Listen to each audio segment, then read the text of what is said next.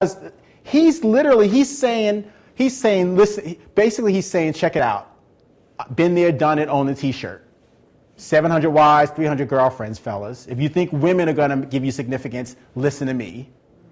I was the wealthiest man of my time. If you think money's going to do it, fellas, listen to me. I had staff. If you think a cornered office is going to do it, or certain diplomas going to do it. Solomon spends the whole book of Ecclesiastes trying to dissuade us from going down the same path that he went down. And Solomon had more money, more power, and more influence to pursue the futility of life than most people ever will. And his whole goal with that book is, please, I've been there. That's why he keeps using this refrain, under the sun. Under the sun. Vanity. All is vanity. Have you ever invested a lot of time in something and when you got there, it didn't provide the satisfaction you thought it would?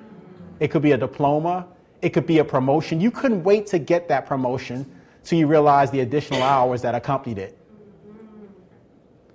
It could be, oh, I arrive when I get that European sports car till you get the first dent and the mechanic tells you it's $1,500 for a dent that's this big. For some of you, you can't wait till you get a car. We had a situation with our car. And our car is an 2003 Beetle. And somebody, we were on the sidewalk side of the street, somebody went by and for some unbeknown reason ran against the rearview mirror and knocked it off. Now, we were able to put it back up, and thank God that the structural aspects of it were still in place, but the plastic came off. So it's just a little bit, just enough to annoy you. So when I took it to the dealer, I'm thinking, I go in there, I said, sir, can you sell me one of these plastic pieces to cover up the side view mirror so that it matches the one that's on the left side? They don't sell that piece. So to fix it costs $700. See, you want the car until that happens. And then you're thinking, $700 because you won't sell me a plastic piece? And you want me to replace the whole side view mirror?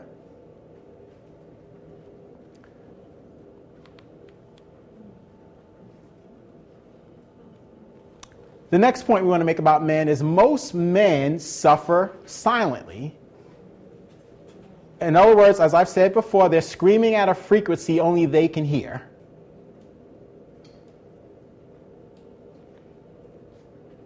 And that led to our discussion about the importance of being in community as a guy. You know what's deep? We have a lot of men who are friendly, but very few men have a lot of deep friends. Oh, they can be very winsome and affable and engaging, but when it comes down to deep friendships, most men have very few of them. If they have one or two, they're fortunate. I heard a very well-known minister that I respect talk about this, and he said, you know, he was in his mid-40s, and he said something very profound. He said it dawned on him that he had a lot of projects, but he didn't have many friends.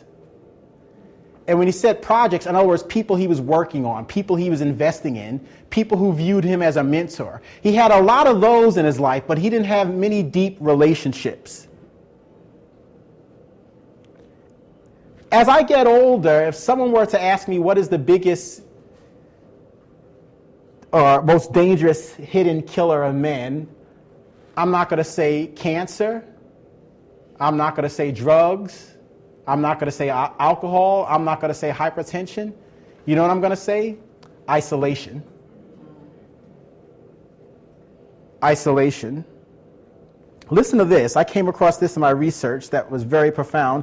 Duke University did a study, and they asked the following question. If you cannot name someone off the top of your head that you can confide in, this is directed towards men and psychosomatic illnesses. If you can't name someone, just one man off the top of your head that you can confide in and feel safe, it talked about how you are in significant greater risk of heart disease. Think about that for a second. They did a study, and the men who couldn't answer that question died. Half died within 5 to 8 years of being diagnosed. Now, this is deep because if you compare it to the men who had one close relationship that they could confide in, only 17% of those men died within the same time period. But the absence of having just one person that they could confide in significantly impacted their health. In another study, listen to this, they said that, in keeping with the fact that men are in isolation and don't have anyone to talk to, they said that if a man doesn't have just one person that he can share something that's shameful, troublesome, hazardous to his health, or painful, they said that the fact that he can't share that is more damaging to his system than the initial event that caused the shame, that caused the pain, and that caused the hurt. The inability to get it out of his system or to metabolize it or process it was more damaging to his health than the initial incident that caused it.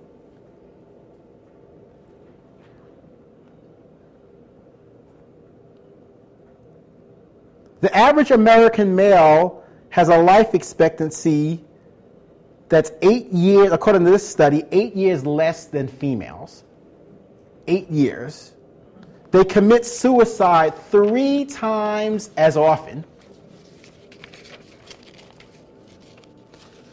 They show higher rates of alcohol, drug abuse, and they suffer, listen to this, disproportionately to fatal illnesses like AIDS, cancer, and heart disease. They are significantly more likely to be the victims or the perpetrators of violent crimes.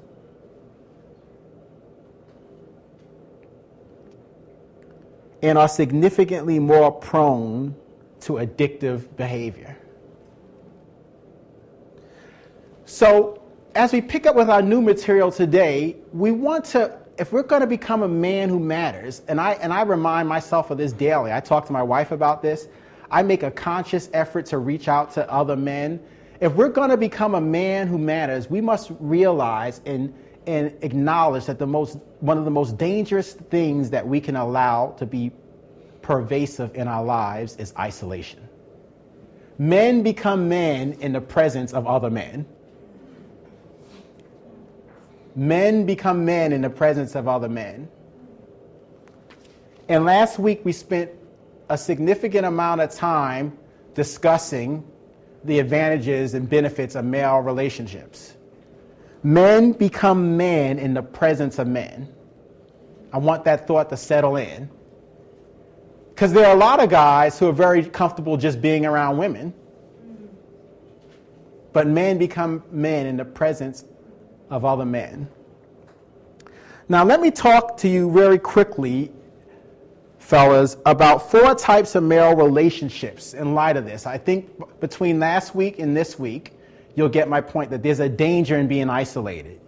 You need iron sharpening iron, as Proverbs 27 says. Proverbs 27, for those of you who are unfamiliar, is a proverb that deals with friendship. We know in 1 Samuel 23:16 that it says, Jonathan found David in the woods and encouraged him. We know that Moses had Joshua, Paul had Barnabas, Elijah had Elisha. So it's important that if we're going to become a man who matters, that we're constantly seeking to invest in our male relationships.